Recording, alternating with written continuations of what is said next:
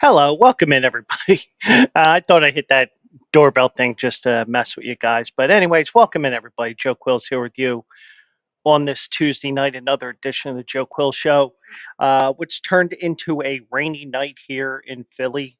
Um, this is the front that the thunderstorms are going through, and then tomorrow all hell will break loose as Hurricane Debbie will be coming up the coast over the next couple of days. So we have an Urkel alert right now, and basically what that means is you got to wear your floods, wear your pants at about mid calf, and be careful out there over the next couple of days, especially if you're here in the Philadelphia area or along the East Coast. So a lot going on here tonight, and you see uh, all the information there on the bottom of the screen. There, we got talk about Billy Bean, talk about Pitbull Stadium, and we'll talk about Charles Barkley. And one thing I didn't put on the scroll, I found a crazy story here um, as a result of Hurricane Debbie.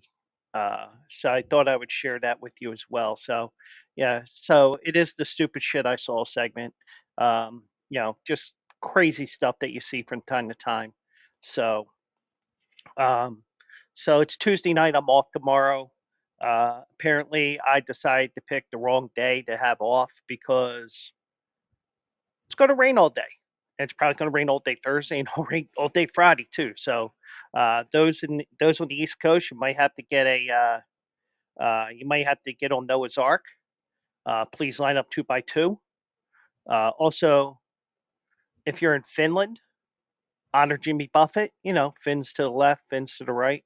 Uh, but just looking at the weather forecast here, um,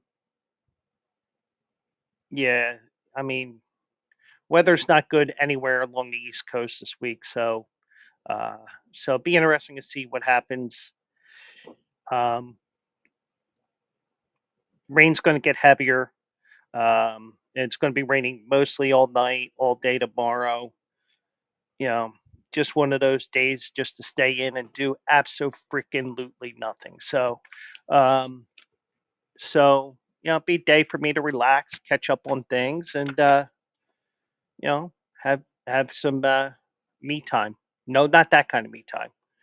Uh, you know, just just relax on my day off, that sort of thing. Um, but we'll see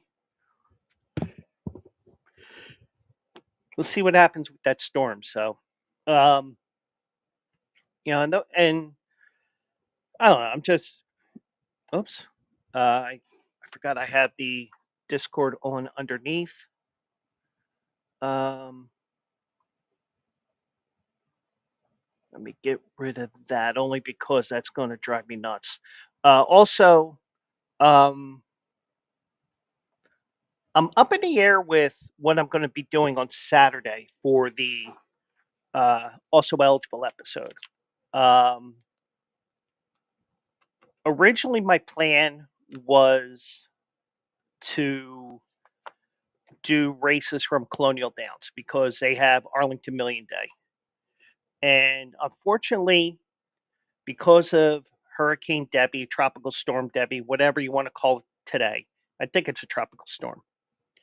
Um, Rain's going to be pounding the East Coast for a couple of days. So Colonial Downs has already canceled Thursday and Friday.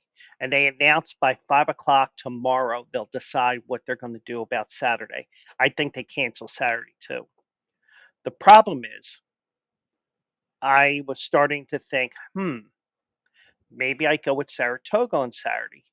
Well, when I pulled up the weather app here just to see what it was gonna be like in Philadelphia over the next 24 hours. Um, Turns out it's going to be nice tomorrow, but it's raining right now. So if you're going to be looking at Saratoga tomorrow for the first day of their racing week, um, you're probably looking at drying conditions on the dirt and probably off the turf. So that's probably what's going to happen there. But then I think they may be affected by what's left of Hurricane Debbie, Tropical Storm Debbie. So they're going to get hit Thursday, Friday, Saturday, Sunday. So we could potentially see Saratoga maybe canceling on Saturday, which will really suck for them because they got a great card on Saturday. They got numerous races, and who knows where I'll go from there. Um,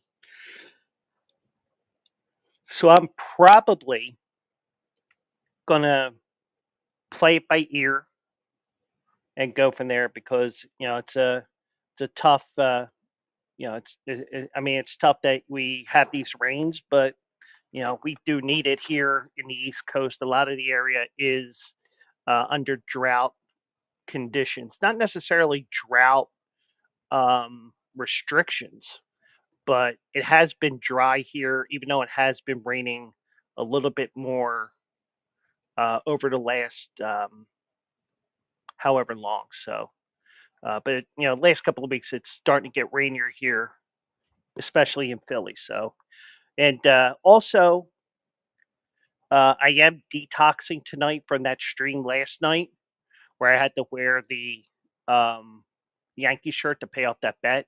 So I decided I'm going to detox tonight with my Boston Red Sox shirt, my um, my Boston City Connect T-shirt. So oh well. So I got a detox, and like I said this morning on SJ's Discord, I said, yeah, I ended up with a rash. I had 6 mice bite me in the ankles. So I was over exaggerating, but you get the idea. So, but I'm wearing my Boston shirt tonight, and hopefully, if SJ comes in, she can give me more shit about it. But, anyways, so let's get to it here. I don't think this is going to be a long show, but once people start showing up and start talking, um, we'll we'll definitely um, start going off the deep end. But also, one thing I do want to mention, especially on Twitch. I do want to thank everybody that's been watching because I've noticed that the last two shows they have been watched more. Now, the thing is, I don't know if those numbers are live versus live and I don't know if it's combined live and watching after the fact or not, but I do appreciate everybody that does watch. Um, hopefully, we're slowly building this content a little bit more with every passing day because that's what this is about. And you know, um, with me being Bleacher Brothers, I'm churning out content every day, whether it's a horse racing article or even this stream here. So um, but we're just here having fun here, real loose. We're pretty loose with the rules.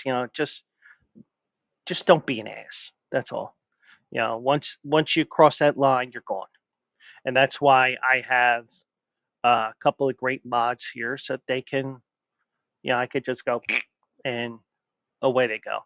But they know ahead of time. But if I see somebody, somebody that may be questionable, I will say, hey, let's see what they do. Yeah, I will even say it on the stream. You know, don't get rid of them yet. Let's see what they do. But they know as soon as somebody starts spamming in here, they're already gone before I even say anything. So, but that's what we're got a well-oiled machine here, slowly but surely, and hopefully we can grow it more and more as the time progresses. Um, so let's get to the news here. And unfortunately, Billy Bean passed away, and I mentioned him because he was an openly gay uh, ex-player, ex-MLB player. He was part of um, uh, Rob Manfred's executive staff. Unfortunately, he passed away today at the age of 60. He died in his home after a year-long fight with acute myeloid leukemia. Um, there is a flash flood warning in flash flood warning here in Philadelphia. So hopefully um, we get through the show without losing power, internet as well. So uh, it is raining here, but um, it isn't um, thundering or lightning or stuff. So knock on wood, everything's good so far, and I think that's wood. This desk. Um, so so Billy Bean in 1999 became the second former Major League Baseball player to come out as gay, and later became part of the sport's senior vice president of diversity, equity, and inclusion. Died at the age of 60 today, and I'm just going to tell you right now, and I say it every time. I couldn't care less what you do. I couldn't care what your preferences are. You know, just I respect the decisions you make, and just respect me, and everything will be fine. That's what it is. It's about respect for each other. Just because it isn't what you like, it's not what you like other people to do. You know, who cares what they do? That's how I feel. And sadly, some people need to voice their opinions and all that stuff, and it's just not worth the aggravation of telling your opinion because you know for the most part, do they care what I think about certain things? No. I'm sure many of you people don't care about what I think about Billy Bean or Pitbull or Charles Barkley tonight. you know but we try to make this interesting, try to make this fun, but also remember those that passed away, like Billy Bean, at such a young age, and it just shows how unfair life is that somebody dies so young. But um, he played 6 major league seasons between '87 and '95, making his debut with the Detroit Tigers in a four-hit performance that tied up a record for a player in his first MLB game. He also played for the Dodgers and Padres. He was a two-time All-American outfielder at Loyola Marymount, leading the team to the NCAA Men's College World Series in 1986. Um, um, he wrote a book called Going the Other Way and was often a keynote speaker at events. He publicly came out as gay in 1999, and back then, that was really big news. And the one thing I would say, and hopefully this does not turn out to be hopefully this does not turn out to be a statement that is controversial because it's not intended to be. But hopefully we get to the period where if you come out as gay, come out as whatever, you know, and it's not the norm, so to speak, whatever it is, hopefully it gets to the point where we just say, who cares? And who cares in a good way because it means that we're more accepting as time progresses over things like this. You know, and it it doesn't matter to me what you do because what you do in your time is your thing. It's just like it's just like if I had a business, okay, and I'm working and or I own the company. All I care about is what you do for those 8 hours, and if you have a company logo on your shirt. That's why I make sure that my redacted company name is not mentioned or not emblazoned on me. Because, if I say something that's, you know, if I say something that's controversial and could lead to a discussion with HR, you know, let's make it tougher because of the fact that, you're because I'm not wearing that because you're going to have personal knowledge to go to my redacted company's HR department or whoever you want to call and say, "Oh, Joe said this about this, this, and that." Well, what I do in my time, as long as I'm not representing redacted company name, that's fine. But you know, but what you do in the bedroom, who you prefer to have a relationship with, in a way, I couldn't care less because what you do on your time is your thing. What I do on my time is my thing. And because I like women and you like the same sex, so what? That's how I feel. Because I couldn't care less what you do.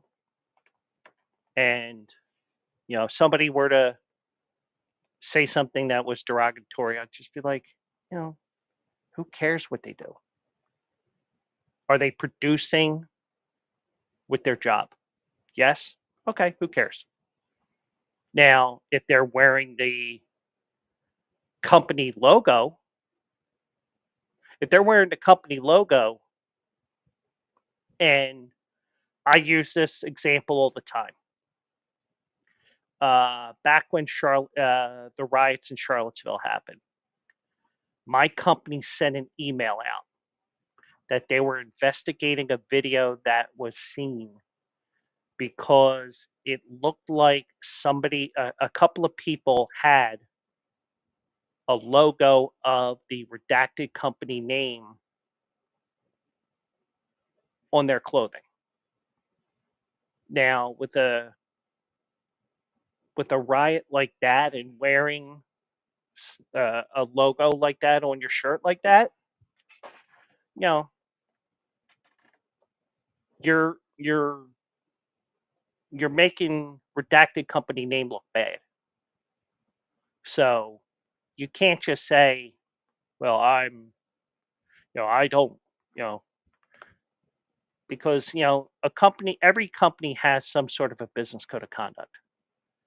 And basically, my code of conduct would be, hey, be careful be careful of how you represent yourself because, if you're wearing that logo, what you're doing that may be bad will be representing us. And, we may not represent the views of whatever you're doing that happened, like, let's say, in whatever riot or whatever.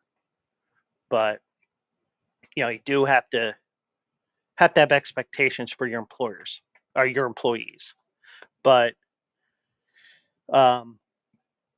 now the thing is, when it, back in 1999, I'm sure this was a huge thing. But you know what? If somebody were to come out as gay in MLB, it would probably be a little bit of shock because, nobody that I know of really came out in 25 years in terms of baseball alumni or current players. I mean, current players look out, but I just think that we still have that thinking of everything that happened. But you know, but when it comes to me, I just don't care what you do. Let's just respect each other. I respect that you're doing what you're doing. You respect what I'm doing, and we go from there. So, um, so, um, so Billy Bean joined the commissioner's office in 2014. Um, when he was hired as the former commissioner, he was hired by former Commissioner Bud Selig to be the first ambassador for inclusion. He spent more than 10 years working for MLB and eventually was promoted to senior vice president. Um, so I mean, it's just a sad thing that he's so young. He was only 60 years old.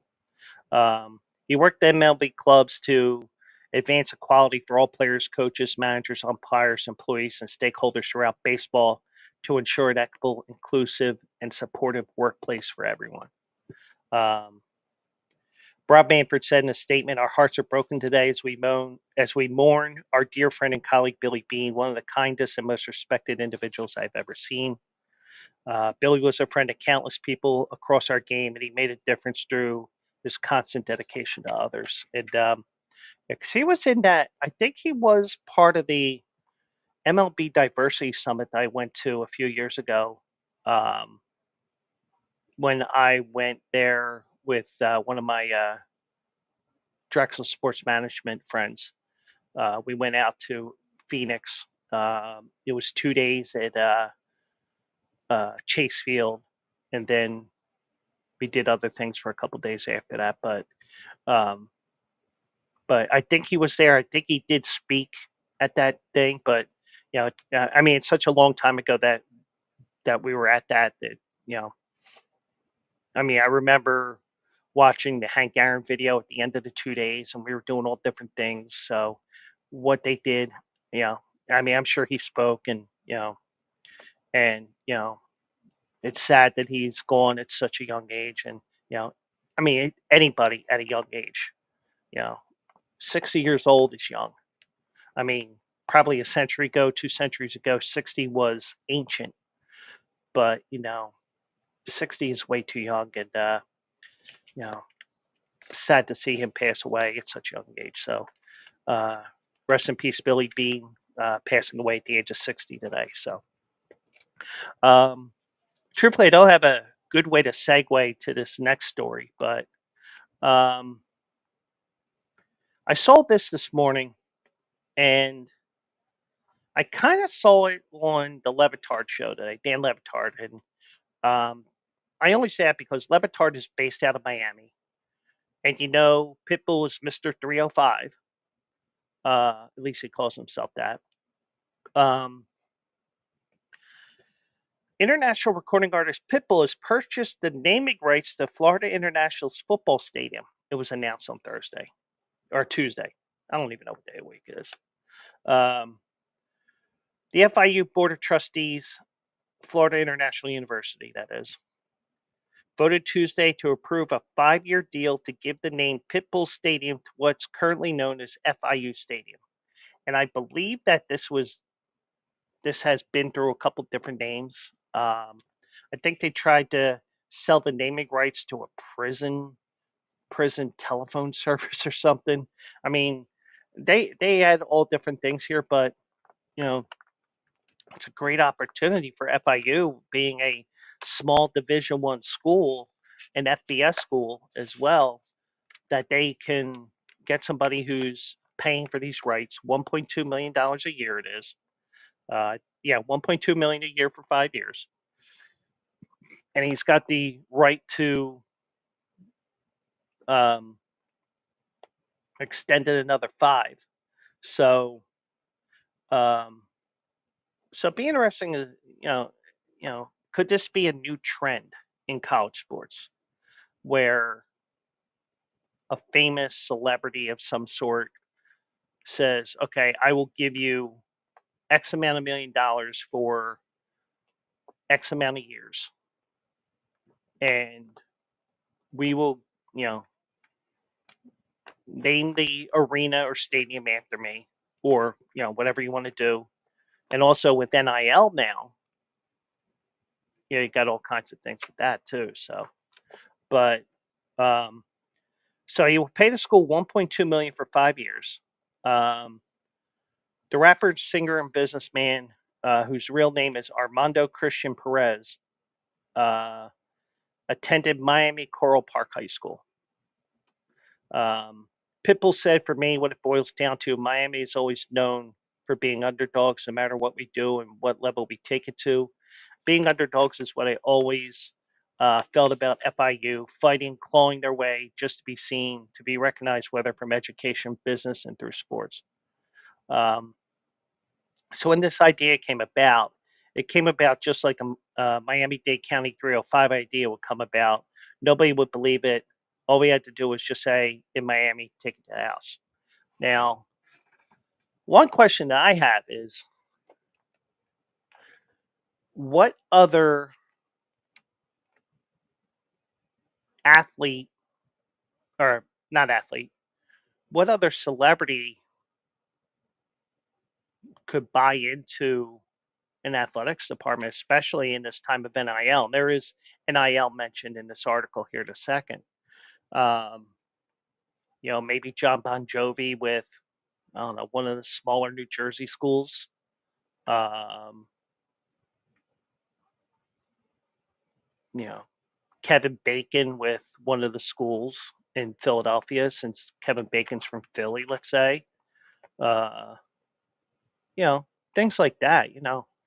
This could be something that starts a trend here in college sports, especially in this day and age of NIL, name, image, and likeness.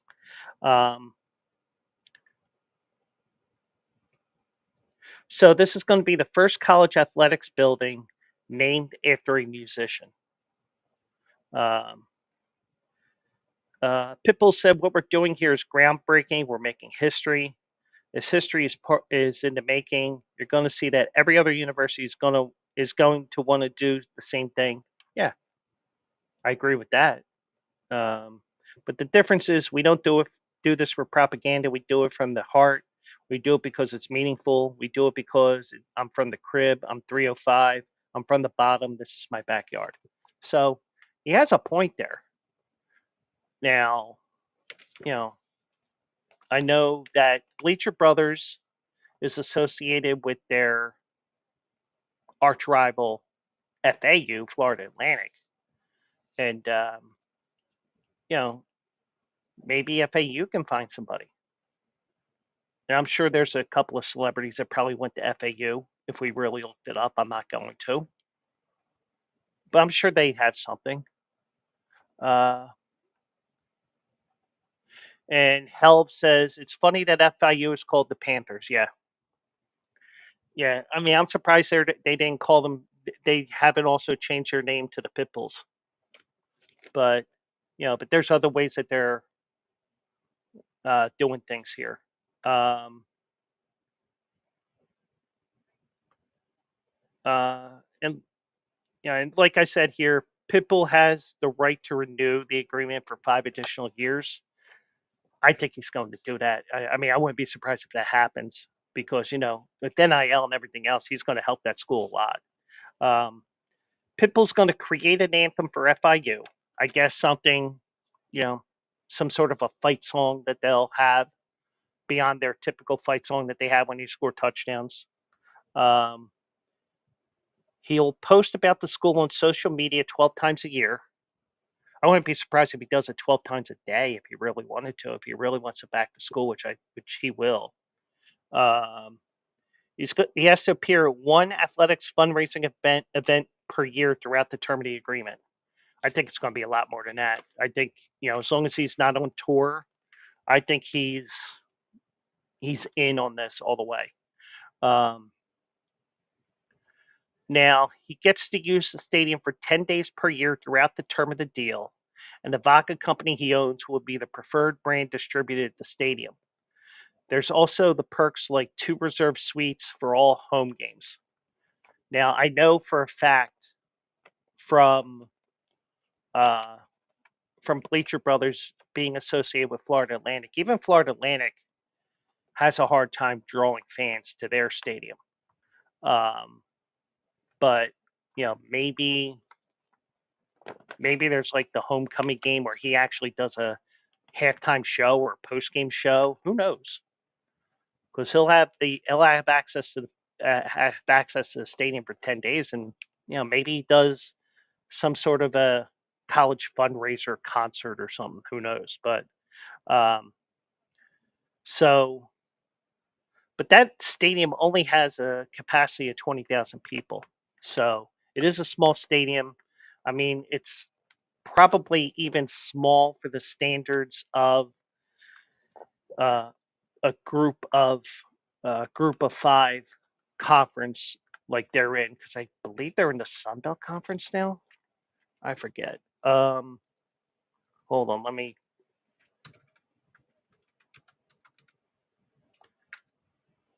Uh, no, I'm wrong. Let me give myself one of those, even though it's not the thing that I want to give myself.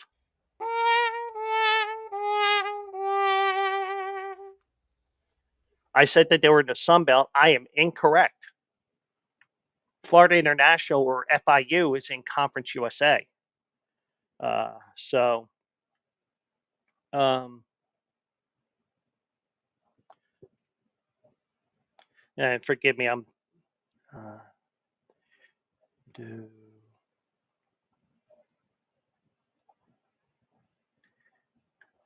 to talk about it on stream.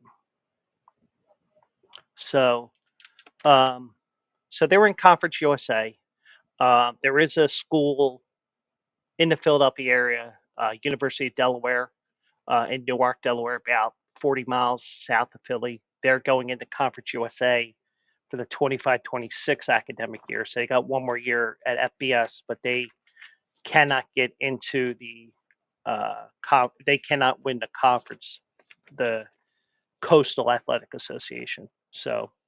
Um, so as part of the deal, Pinball will create that anthem and appear at fundraising events. He gets to use the stadium for 10 days. He will also be involved with FIU in name, image, and likeness space, according to athletic director Scott Carr. So you're going that money and probably additional money is going to be used for the students, especially a school like FIU, which isn't that big. Um, Now, granted, they do have. Let me see here, and I probably shouldn't be doing this, but I am. Florida International University. Actually, they have more. Whoa, they're okay. I stand corrected. They have 55,609 students as of the fall of 2022. It's just that they play in a small conference, and whatever. Um, but yeah, they, you know, in this day and age where name, image, and likeness, and getting paid and all that. I think in some cases, especially in the Miami area, and those that are well into music, they will say, "Oh, Pitbull, this is Pitbull school. Yeah, I will go there." You know, if I can't go to Alabama, Michigan, or whatever, yeah, I'll go to FIU. That's probably what's going to happen. Um, So the athletic director, Scott Carr, said that this is an historic day for FIU athletics to uniquely partner with a world-renowned artist and amazing person who truly values relationships in his community. Armando's financial support is program changing, but him providing a microphone to amplify FIU will be even more beneficial to growing our brand. Um, and who knows? Maybe this is something that the athletics program needs, especially the football program. Um, they haven't had a winning season since 2018. They're coming off back-to-back 4-8 seasons. Uh, but but also, I'm going to say it right now. This isn't because of Pitbull. Don't be surprised if you see Florida International FIU uh, win on September 7th against Central Michigan, because September 7th, especially if that's an afternoon game, it is going to be hot and humid down there. Uh, I think they play in Boca Raton.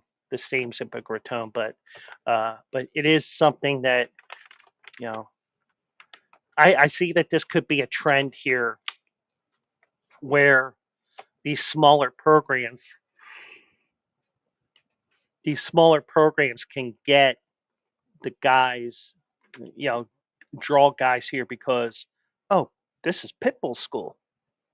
I want to go there, and then other celebrities will get involved with other schools in the area, whether they're a graduate of the school or just the neighboring school that they just didn't go to because they made it big in showbiz or whatever. But this is definitely something that I could see happening in the future. And maybe John Bon Jovi picks some small school in New Jersey. Uh, maybe Kevin Bacon picks one of the schools in Philly. Um, who knows? But you know, it's definitely interesting that they did do that. This did come up in this day and time of NIL, name, image, and likeness, and hopefully, um, you know, for the sake of FIU, hopefully it works well for him, and I would not be surprised if he um, goes another 5 years with the deal that they have. And who knows? He'll probably throw in even more money for that second 5 year deal. So Pitbull has a stadium named after him, and this isn't this guy doesn't have a stadium named after him, but he is in the Hall of Fame. I actually met this guy, and I got a book signed by him. Don't know where the book went, but Charles Barkley announced today that he's not going to retire and he's going to stay with TNT. Now, I can understand why he said that because, first of all, he is 60 years old, and that's still young, I know. But um but he does have um but he's when you're have the same employer for 20 some years, and the main reason why you're there may not be there anymore, because Warner Brothers Discovery lost the rights to the NBA. Now, is it possible that the lawsuit that they have gets that back? It's possible. I don't think it will. But Barkley did say that he's going to honor his contract with Warner Brothers Discovery. So he announced Tuesday he's not going to retire.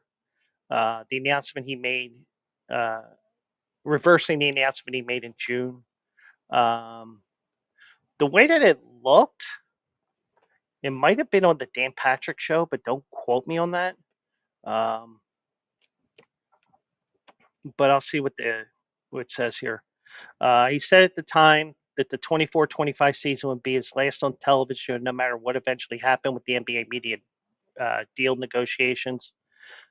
He signed a 10-year contract with TNT in 2022.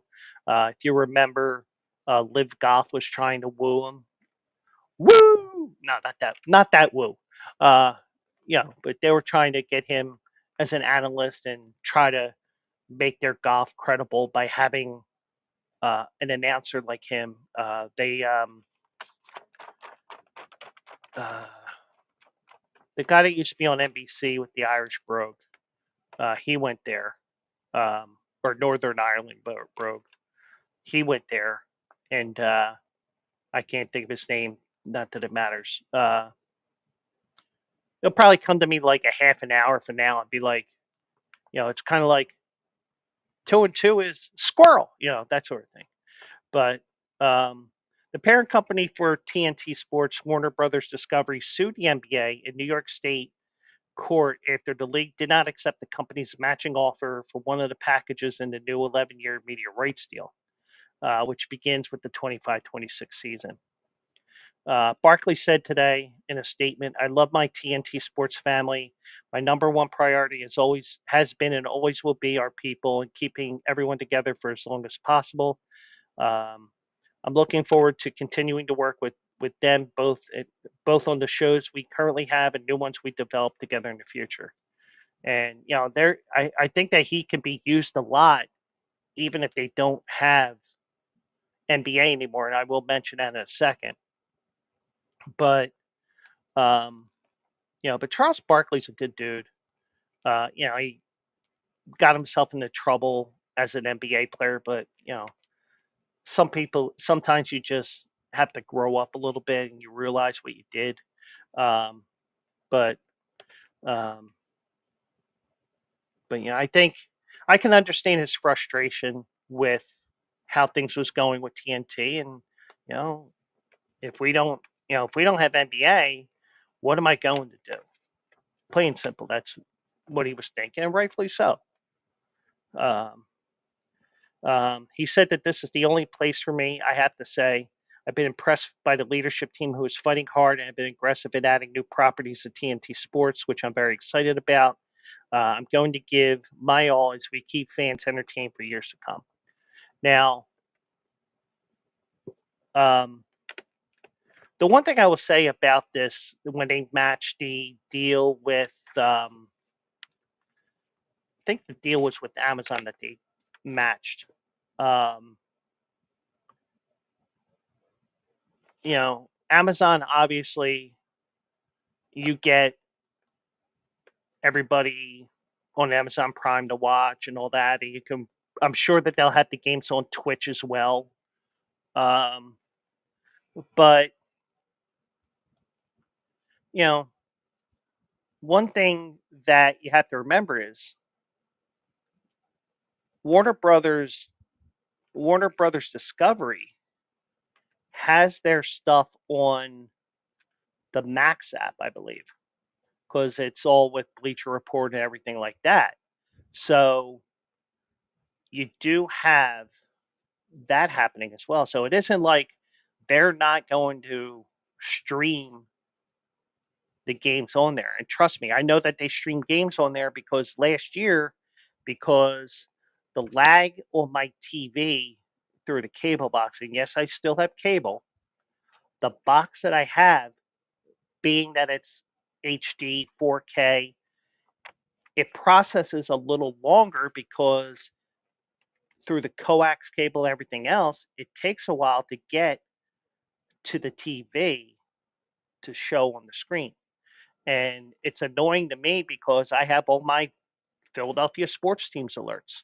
Eagles score a touchdown, Flyers score a goal, score after each quarter with the Sixers game, when the Philadelphia Union score in an MLS match, when the Phillies score runs, what the score is after the third, sixth, ninth innings, and any extra innings that they may have. I get those alerts. And a lot of times I have to put my phone totally away from me because, it'll flash and be like, all right, what's going to happen now? Oh, Kyle Schwarber just hit a homer. Something like that. Um, Something tells me that the NBA will go another round with SN slash TSN. Now, that in Canada, I believe, if I'm looking into this right, the deal in Canada would be different than in the United States. I imagine that they just simulcast whatever's being shown, and they may just use their own graphics as opposed to the ESPN graphics. Um, for Canada stuff, SN is Sportsnet. Yeah, yeah, I knew TSN is Canadian, so I figured that was it. Um, yes, I don't know too much about the Canadian contracts. I believe it's probably just, you know, that's probably a little bit different, but it'd probably be the same stuff where they just, if they simulcast and you get the American feed of the TBS, TNT, or ESPN feed or anything like that, I imagine that's going to be the case. Um, but if I'm wrong, so be it. It won't be the first time I'm wrong today. Probably be about the 80th. But um, but Barkley's been with TNT since 2000. Uh, Part of the iconic NBA show, which has won 21 Sports Emmy Awards, and Barkley's won 5 Sports Emmy Awards. Um, Now, inside the NBA host, Ernie Johnson has said he intends to remain with TNT as well. But the futures of Shaquille O'Neal and Kenny Smith are uncertain as of right now. And, I mean, all the things that Shaq does. Oh my God, he opened another big chicken shack somewhere in Texas, and there is one in Philadelphia. It's just that it's in the the NBC Comcast building downtown. It's only open Monday through Friday. Um, he needs to put one, preferably right around May, even though they are putting a Raising Cane's at the mall. Um, but it's a big chicken shack. I'm probably The next time I go to Vegas, I'm going to try to get there because he does have a location there in Vegas. It's one of the OG spots in terms of that business. Um, Now, the relationship became strained with Barkley and Warner Brothers. Um, or I think this was actually I think this was Warner Brothers Discovery and Barkley because David Zaslav said at an investor conference, RBC investor conference, that Warner Brothers Discovery does not have to have the NBA. And when you're that close to negotiation time, you know that's probably going to be used against them in court. I guarantee it. But TNT Sports also carries the NHL, and the NCAA men's basketball tournament with CBS. So Charles Barkley loves hockey, and I will not be surprised if he pops up on the NHL show on TNT and TBS a couple of nights a week as well. I wouldn't be surprised with that. Now, they recently added the college football playoff because they're going to have a couple of the early round games. So they'll have that. They'll have NASCAR, and he's from down south, so I imagine he's going to be doing stuff there. The French Open, I doubt he does that, but who knows? And Big East basketball, that was something when I saw this article, I'm like, wait a second, I didn't know about that. Uh, so let me just check into that here as I'm talking here, because the Big East had a um, deal with Fox. Okay, so this is from June 27th, and I missed it um, when I go through my look of different things to talk about when I do my shows. The Big East will expand having games on 3 networks and see a significant increase in revenues under a new 6-year media rights deal. Um, Fox remains the conference lead network under the new agreement, which begins with the 25-26 season. NBC and TNT will carry Big East games for the first time. The 12-year deal with Fox and CBS expires at the end of the upcoming 24-25 season. With the increased revenue, Big East will also be on better financial footing with the Power Four conferences, especially since it doesn't have football. Um, um, and Fox signed a deal with Big East and after the 7 Catholic schools separated from the football schools to form a basketball-centric conference in 2013. Butler, Xavier, and Creighton also joined the conference, and UConn returned in 2020. It's going to have 150 men's regular season games airing, including all league contests and conference tournament games, up to 65 women's games as well. Fox will air at least 80 games, men's and women's, including the conference tournament on FS1, FS2, and Fox. Tournament finals will remain on Fox.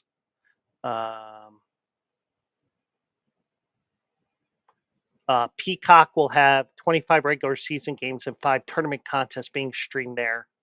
25-26, Peacock and NBC will carry more than 60 games. So Fox and NBC will also carry the Big Ten basketball under a rights agreement that started this past season.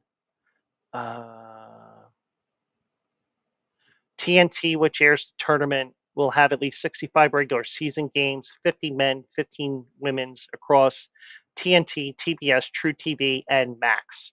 It also marks the first time TNT will have a package of games with a college conference. So a little bit of homework I had to do there on the fly here. So when I saw that, I was like, huh? But I hope it's not something where when I was reading that, when I was first saw that, I was hoping, I hope that's not something that they're veering away from the Big E from Fox, because Fox was what helped the conference reform as what I knew it as a kid as the Big East, with these non-football schools that beat the hell out of each other on the basketball court. And they won national championships back then with Georgetown and Villanova. Uh, they won a couple of times with UConn before they left and went back to the Big East, and they've won two more. Um, but I didn't know that, so that was an interesting thing that I saw there. So, uh, but you know, but um, but Charles Barkley, he's you know I think he knows a lot more than just basketball. He'll show it with the new Fox with the new TNT deal. Um, Louis Silberwasser, the CEO and TNT Sports Chairman, said Charles is one of the best and most beloved sportscasters in the history of television. I know I speak for all the members of the TNT Sports family when I say we are incredibly uh, thrilled to share this mutual commitment to continue showcasing Charles' one of a kind talents and entertain fans well into the future. So good for him, and thankfully we will get much more of Sir Charles in the future. Um, so Helv has not been around for this, I don't think, but I bring this up from time to time, and it is a segment called the "Stupid Shit I Saw" segment. And basically, what it is, it's like a weird story or something where I just shake my head at people and stuff like that. But this is a story that is a bit weird, and um, I saw this earlier today. I was like, "Oh, I got to mention it on the show." So anybody else who's going to come in, feel free to chat. I will catch it in a minute.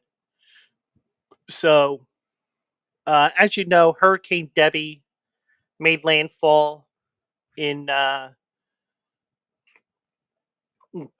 the Panhandle of Florida, and I'm going to share the story here with you. Um, Apparently, with that storm, it brought cocaine onto the shore at the Florida Keys when it was in that area of the state. So here we go. As Dak Prescott would say, here we go.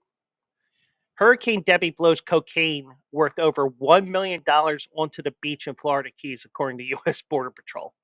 Um, there was a video here, but it's not related to it. So uh, Debbie brought more than powerful winds and storm surge to Florida. Packages of cocaine worth more than $1 million also made landfall, making it the latest in a string of recent discovery of drugs around the Florida shores. It was a Category 1 hurricane, since been downgraded to a tropical storm. It's going to be affecting me in Pennsylvania the next couple of days. It washed the drugs ashore. U.S. Border Patrol Acting Chief Patrol Agent Samuel Briggs said on social media. Hurricane Debbie blew 25 packages of cocaine, approximately 70 pounds each, onto a beach in the Florida Keys. Briggs wrote, posting two images of the packages, and that's one image that you have there. Um, the trove of drugs, which has a street value of more than $1 million, was found by a good Samaritan who contacted the authorities. I guess basically what that means is the person's not an addict, but cocaine has been found on numerous occasions on or near the shores of Florida, which is not far from the Caribbean, from the Caribbean transit hubs for drugs being trafficked from South America to the U.S. and Europe. So, you know, and I'm not trying to turn this into a political thing, uh, even though we do have that border crisis in Mexico and all that. We also have problems with stuff like this elsewhere. So it's not just it's not just the southern border with the United States and Mexico. You had this going on like the Florida Keys because you had the um, Caribbean transit hubs that they're talking about here. In June, recreational boaters off the coast of Florida Keys found 65 pounds of cocaine floating in the ocean. Um, Earlier that month, divers found 25 kilograms of cocaine about 100 feet underwater off Key West. The very next day, the same amount of suspected cocaine was found washed up on Dolphin Island, Alabama, which is to the west of the Florida Keys, Florida Panhandle, I should say. A beachgoer found $1 million worth of cocaine washed up along the Florida Keys in May, according to CBS News Miami. So, this is something that pops up from time to time, and you know, um, and here's something interesting. Last year, Tampa Mayor Jane Castor, while on a fishing trip with her family, reeled in 70 pounds of cocaine. So, I guess what they're doing is, uh, if they're not going overboard, I mean, if the boat's not capsizing, I imagine they're just throwing the shit overboard when the U.S. Customs or whatever is trafficking that area. It's like, oh, nothing to see here, nothing to see here, something like that. But yeah, that's a very interesting thing that came up, and that is the stupid shit that I saw story for tonight, as Hurricane Debbie could be a contributing piece of finding all that cocaine uh, over the last couple of days in South Florida, in the Florida Keys. So, but these things happen from time to time. So just want to remind you, tomorrow night, Bleacher Brothers is back. The Bleacher Brothers show at 7 o'clock. I imagine I'm going to be home because of all the rain that they have there. There's no way that they can do a concert outdoors, um, up at Constadter's in Northeast Philadelphia, because the stage is uncovered, and you got all that equipment. You'll short all the equipment out. So I imagine that I'll be here all day. Um, I'll be tweeting different things, probably with horse racing and other things going on. Also, keep an eye on BleacherBrothers.com. I'll have my Wednesday article. It'll be a race from Saratoga. It is on the dirt, so we won't have to worry about and a metric ton of scratches in the race because of the fact that they're running on the dirt. Even though you probably get a scratch or two because I can't run my horse on dirt, on a wet surface. I can't run it in the slop or the dirt. So, or the slop or the mud. So that's probably what's going to happen. Saturday, also eligible. Probably going with Saratoga, but I might have to call another audible because they're going to get hit with rain over the next couple of days like we are, and they canceled last Saturday because of all the bad weather. So, um, they got hit with a lot of overnight rain Friday night into Saturday.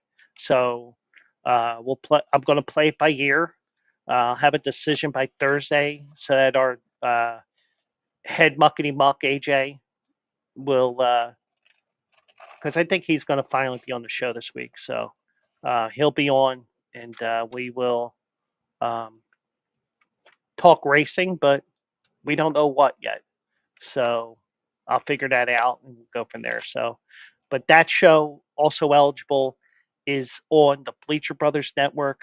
I got to talk to AJ, see if I can fix his issue with Twitch, because for some reason I use the same program. It's called EVMux or EdMux. I don't know how they pronounce it, but it allows you to stream numerous sites at one time. So I use YouTube, I use Twitch, and I use X.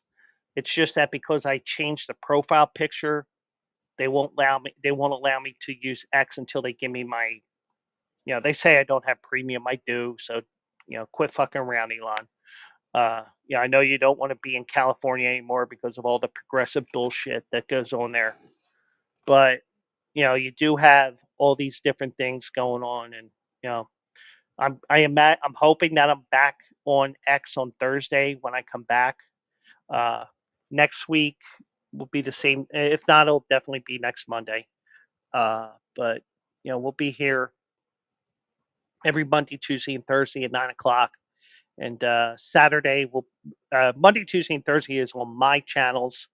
Saturday will be on the Bleacher Brothers channels, and I'll try to share that as well. I just don't know what track I'm going to be looking at yet. So, good thing. The good news is I've been planning ahead, and hopefully we'll get that squared away. So, like I said, it's a shorter stream tonight, uh, talking sports, and we'll do it live again Thursday night, 9 o'clock. Hopefully, I have more topics to talk about because it was a light night with a light day with everything. Sometimes this happens when I have um, multiple days back to back. Sometimes you do get, um, even with the Tuesday after a Monday show, you do get a bunch of things to talk about. So it happens.